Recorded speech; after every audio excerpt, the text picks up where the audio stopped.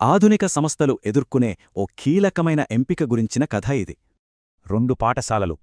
వాళ్లు తీసుకున్న ఒకే ఒక్క నిర్ణయం వాళ్ల భవిష్యత్తునే మార్చేసింది. ఒకే నగరంలో 2 స్కూల్ లీడర్లు, రవి ఇంకా మీరా. ఇద్దరి ఆలోచనలు పూర్తి వేరు. ముందుగా రవి స్కూల్ చూద్దాం. అంత పాత పద్ధతే. ఫైల్స్, రిజిస్టర్లు, మాన్యువల్ వర్క్. ఇప్పటిదాకా పనిచేస్తున్న సిస్టమ్ కదా, ఇప్పుడెందుకు మార్చాలి అనేది అతని గట్టి నమ్మకం. అదే సమయంలో మీరా పూర్తిగా భిన్నమైన దారిని ఎంచుకున్నారు. తన స్కూల్ కోసం ఒక ఫ్రీ ఏఐ ఈఆర్పీ సాఫ్ట్వేర్ వాడటం మొదలుపెట్టారు. దీంతో స్కూల్ కార్యకలాపాలన్నీ చాలా సులభంగా మారిపోయాయి. అంతా ఆటోమేటెడ్, వేగవంతం, ఇంకా పారదర్శకం.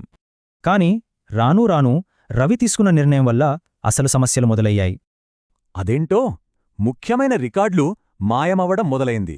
అంతా గందరగోళంగా తయారయింది. తర్వాత తల్లిదండ్రుల నుంచి ఫిర్యాదులు రావడం మొదలయింది. అసంతృప్తి పెరిగిపోయింది. ఇక టీచర్లైతే ఈ మాన్యువల్ పనుల భారంతో తీవ్రమైన ఒత్తిడికి లోనయ్యారు. కొత్త అడ్మిషన్ల కోసం వచ్చే తల్లిదండ్రులు ఒకే ఒక ప్రశ్న అడిగేవారు. దానికి లేదు అని సమాధానం రావడంతో వాళ్లు వేరే స్కూల్స్ని చూసుకున్నారు. సరిగ్గా అప్పుడే రవికి అర్థమైంది తనలాగే మారని ఎన్నో పెద్ద స్కూల్స్ మూతపడుతున్నాయని. అప్పుడతనికి అసలు విషయం బోధపడింది. సమస్య డబ్బు కాదు, మారడానికి ఇష్టపడని మనస్తత్వం. ఈ కథ నీతి చాలా సింపుల్. కొత్త టెక్నాలజీని అందుబాటులో ఉన్నప్పుడు పాత పద్ధతుల్లోనే ఉంటే వెనకబడిపోవడం ఖాయం. ఈ కథ మనందరి ముందు ఒక పెద్ద ప్రశ్నను ఉంచుతుంది. భవిష్యత్తు కోసం మన సంస్థలు సిద్ధంగా ఉన్నాయా?